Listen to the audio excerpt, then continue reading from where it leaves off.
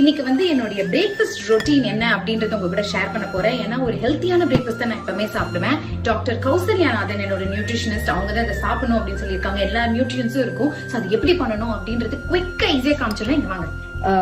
Coconut milk எடுத்துக்கணும் 50 ml. அதுக்கப்புறம் chia seeds வந்து நான் ஊற வச்சிருக்கேன். ஒரு நாள் முன்னாடியே ஊற வச்சிடணும் நைட்டு. ஸோ இது 1 ஸ்பூன். குங்குமப்பூ ரொம்ப நல்லது உடம்புக்கு, அதனால 3 ஸ்ட்ராண்ட்ஸ் ஆஃப் குங்குமப்பூ. எல்லா சீட்ஸ் நட்ஸ் வந்து வால்நட், பாதாம் அதெல்லாம் வச்சிருக்கேன். பிளாக் சீட்ஸ், பம்கின் சீட்ஸ் எல்லாமே இதுல இருக்கு. வாட்டர்மெலன் சீட்ஸ் அதெல்லாம் மிக்ஸ் பண்ணிடணும். சும்மா கொஞ்சோண்டு ப்ரௌன் சுகர், ரேசின்ஸ், அப்புறம் உங்களுக்கு பிடிச்ச ஃப்ரூட்ஸ். நான் பனானா அண்ட் மேங்கோ வச்சிருக்கேன். So yummy.